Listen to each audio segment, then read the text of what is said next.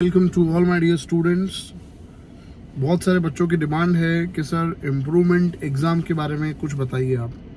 तो आज का ये जो वीडियो लेक्चर है वो इम्प्रूवमेंट एग्ज़ाम के बारे में ही मैं बना रहा हूँ। और इस वीडियो लेक्चर के अंदर इम्प्रूवमेंट एग्ज़ाम कब आप दे सकते हो, उसके फॉर्म्स कब आएंगे, उसके लिए क्या प्रोसीजर है, क्या एलिजिबिलिटी क्राइटेरिया है, इन सब के बारे में आज इस लेक्चर में हम चर्चा करेंगे। तो वीडियो को एंड तक आप देखना, ठीक है। आपके सभी क्वेश्चंस जो हैं शायद उसके आंसर आपको मिल जाएंगे, और फिर भी ना मिले तो कमेंट सेक्शन में लिखना आपका पर्टिकुलर क्वेश्चन हो तो। Only for improvement exam only, कोई और एडमिशन कोर्सेज के रिगार्डिंग क्वेश्चन है, ठीक है, तो फिर आप अलग, मैंने बहुत सारे वीडियो बनाए हैं एडमिशन कोर्सेज के लिए भी, तो उसके अंदर आप कमेंट सेक्शन में लिख सकते हो। ये वीडियो ओनली इम्प्रूवमेंट एग्जाम के बारे में होने वाला है। चलो दोस्तों, तो सबसे पहला क्वेश्चन आपका जो है, क्वेश्चंस ये है, बहुत सारे क्वेश्चंस हैं। सबसे पहला क्वेश्चन है बच्चों का कि सर इम्प्रूवमेंट एग्जाम कौन दे सकता है। तो मैं आपको बता दूं बेटा, इम्प्रूवमेंट एग्जाम देने के लिए जिस साल आपने बोर्ड का फॉर्म भरा था, बोर्ड के एग्जाम के लिए फॉर्म फिल किया था, जैसे आपने 2023 के लिए बोर्ड का फॉर्म फिल किया था, बोर्ड एग्जाम के लिए फॉर्म फिल किया था, तो ये आपका करंट ईयर है, उसके अंदर आपका पास होना जरूरी है। अगर आप सभी सब्जेक्ट्स में, थ्योरी प्रैक्टिकल सब में पास हो गए हो, तो फिर अगले साल आप अपना रिजल्ट जो है उसको इम्प्रूव करने के लिए एग्जाम दे सकते हो। अगर आप 1 में या 2 में फेल हो तो जुलाई में आपको पहले एग्जाम देनी पड़ेगी, सप्लीमेंट्री एग्जाम देनी पड़ेगी। उसके अंदर आपको वो 2 सब्जेक्ट क्लियर करने पड़ेंगे। 2 सब्जेक्ट क्लियर कर लिए आपने तो आप इस साल पास हो गए, तो फिर आप अगले साल इम्प्रूवमेंट एग्जाम दे सकते हो। क्लियर हुआ? तो इम्प्रूवमेंट एग्जाम देने के लिए सबसे पहला क्राइटेरिया ये है कि जो भी आपका करंट ईयर है जिसके अंदर आपने बोर्ड का एग्जाम दिया है, वो ये साल हो या लास्ट ईयर हो, ठीक है, मैं आपको बता दूं, वो क्लियर होना चाहिए, तब आप इम्प्रूवमेंट एग्जाम दे सकते हो, ठीक है। अब जुलाई की एग्जाम जो है वो पर्टिकुलर 2 सब्जेक्ट के लिए ही है, ठीक है। 3 में फेल हो तो अगले साल एग्जाम देनी है। तो 3 में अगर आप फेल हो तो अगले साल वो जिसमें फेल हो उसकी एग्जाम आप दे सकते हो। सब सब्जेक्ट्स की एग्जाम भी आप दे सकते हो। पर इम्प्रूवमेंट एग्जाम क्या होता है? इम्प्रूवमेंट मतलब आपको अपना रिजल्ट जो है उसमें आपका नीट का जो क्राइटेरिया है वो आपने फुलफिल नहीं किया, JEE एडवांस का क्राइटेरिया जो है वो आप फुलफिल नहीं कर पा रहे हो, इसलिए आप इम्प्रूवमेंट एग्जाम देते हो। समझ आ रहा है आपको? तो अगर आप फेल हो तो आप इम्प्रूवमेंट एग्जाम अगले साल नहीं दे सकते हो। जो आपका करंट ईयर है, इसके अंदर आपने फॉर्म फिल किया था पहली बार गुजरात बोर्ड का, वो पास करना बहुत जरूरी है, फिर वो रिजल्ट के अंदर आप इम्प्रूव कर सकते हो। तो ये मैंने बता दी बात कि कौन इम्प्रूवमेंट एग्जाम के लिए एलिजिबल है।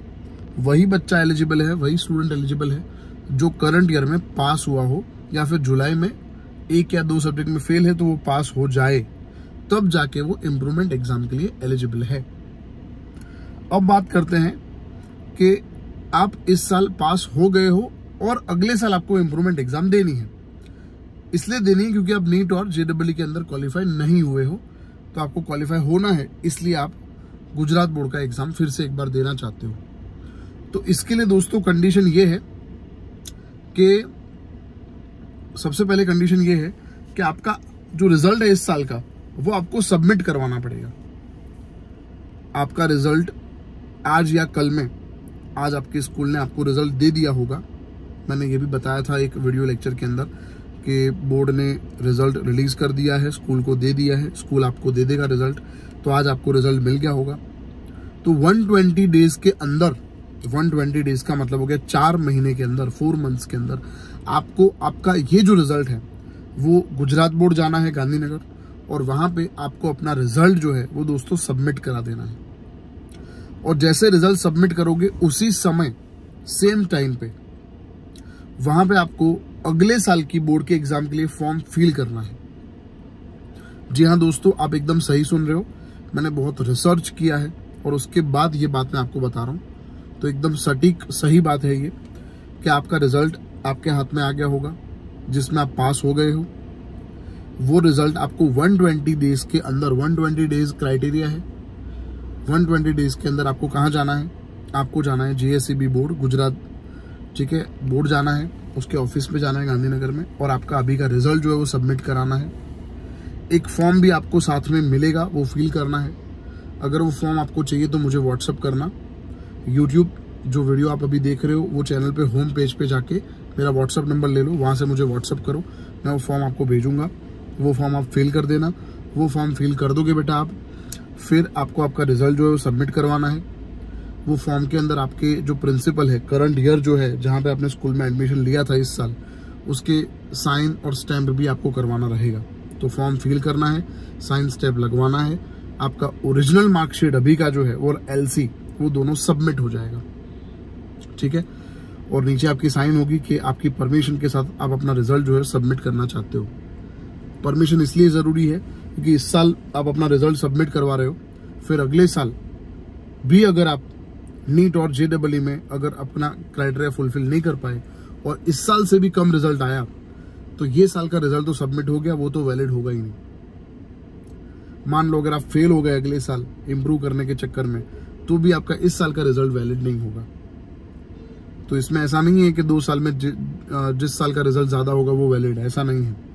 इसमें ऐसा है कि आपने रिजल्ट सबमिट कर दिया, तो अब जो नेक्स्ट ईयर एग्जाम दोगे, ठीक है, तो उसका ही रिजल्ट वैलिड रहेगा। और याद रहे, ये भी कंडीशन है, कॉन्जिक्यूटिव ईयर्स के अंदर आपने एग्जाम दी होनी चाहिए। मतलब 2023 में आपने एग्जाम दी है तो 2024 में ही इम्प्रूवमेंट एग्जाम दे सकते हो। 1 साल का गैप है तो आप नहीं दे सकते हो, ये कंडीशन है, ये याद रखें। दूसरी बात, यहाँ पे अपने सब्जेक्ट्स आप चेंज नहीं कर सकते हो। मतलब अपने कंप्यूटर था और आपको कोई और सब्जेक्ट संस्कृत लेना है या फिर कोई और सब्जेक्ट लेना है, मैथ्स था बायोलॉजी लेना है, बायो है मैथ्स लेना है, तो भी इम्प्रूवमेंट एग्जाम में ये क्राइटेरिया नहीं है। आप अपने सब्जेक्ट्स जो हैं वो चेंज नहीं कर सकते हो। एक और बात, आपको स्कूल में भी एडमिशन नहीं मिलेगा। कोई भी स्कूल में आपको एडमिशन नहीं लेना है, डायरेक्ट बोर्ड से ही फॉर्म फिलअप करना है। आपकी जो कंप्यूटर की प्रैक्टिकल एग्जाम है या और सब्जेक्ट की प्रैक्टिकल एग्जाम है, उसके बारे में बोर्ड ही आपको नोटिफाई करेगा आपके मोबाइल नंबर और आपके मेल आईडी पे।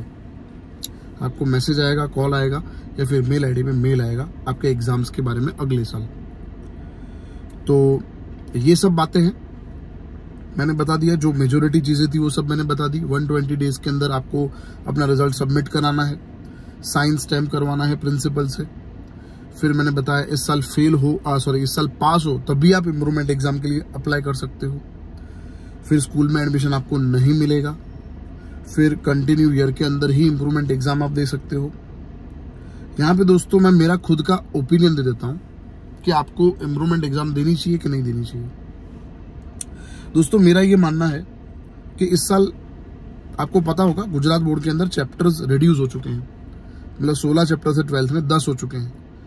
तो अब चैप्टर्स कम है तो उसमें डेप्थ से क्वेश्चन आएगा अगले साल। तो जब आप बात कर रहे हो कि सर हम इम्प्रूवमेंट एग्जाम देंगे, तो मैं आपको बता दूं, ऐसा मत सोचो पेपर इजी आएगा। पेपर तो टफ ही आएगा, समझ आया। तो मेरे हिसाब से आपको अगले साल इम्प्रूवमेंट एग्जाम नहीं देनी चाहिए। अगर आप पास हो गए हो तो इट्स इनफ, आपको अच्छी से अच्छी कॉलेज में इस साल एडमिशन मिल जाएगा। क्योंकि इस साल रिजल्ट कम आया है तो बहुत सारी सीट्स खाली रहेगी इंजीनियरिंग के अंदर। हाँ, मेडिकल की बात अलग है, नीट का क्राइटेरिया बहुत सारे बच्चे फुलफिल नहीं कर पाए तो उसकी बात अलग है। पर अगर आप गुजरात स्टेट के अंदर हो तो आपको अच्छी से अच्छी कॉलेज में एडमिशन मिल जाएगा, क्योंकि रिजल्ट ओवरऑल बहुत कम आया है। तो इम्प्रूवमेंट एग्जाम मत दो। इम्प्रूवमेंट एग्जाम देके आप फंस जाओगे। मैं आपको क्लियर बोलता हूँ, मैं आपका वेल विशर हूँ। आप समझ लो मैं आपका भाई हूँ या आपका गार्जियन हूँ, आपका अच्छा ही चाहता हूँ। इसलिए मैं आपको बोल रहा हूँ कि आप इम्प्रूवमेंट एग्जाम के चक्कर में मत पड़ो। इस साल का जो रिजल्ट आया, ठीक है, उससे अच्छी कॉलेज में आप एडमिशन ले लो। और जब एडमिशन आप लो तो इस साल का अनुभव काम आना चाहिए आपको कि भाई अब पहले से मेहनत करनी है हमें और कॉलेज में बहुत अच्छा करना है। समझ आया दोस्तों आपको? तो ये सब बातें हैं इम्प्रूवमेंट एग्जाम के बारे में, ये सब बातें हैं। अब फॉर्म अगर आपको चाहिए तो मुझे व्हाट्सअप करना, मैं आपको फॉर्म भेज दूंगा, पूरा नोटिफिकेशन भेज दूंगा। ये जो मैंने ओरली बताया आपको सब वो नोटिफिकेशन के अंदर लिखा है।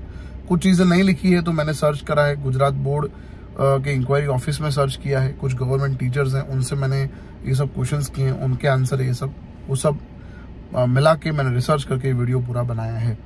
ठीक है, तो सब बातें याद रहे आपको। और भी कुछ आपके क्वेश्चंस हो, क्वेरी हो तो डेफिनेटली मुझे आप व्हाट्सअप करना, मुझे जैसे ही टाइम मिलता है उसका रिप्लाई करूंगा, क्योंकि बहुत सारे बच्चे मैसेज कर रहे हैं तो मुझे टाइम नहीं मिल रहा, पर जितना टाइम मिलेगा उतना जल्दी मैं रिप्लाई आपको कर दूंगा।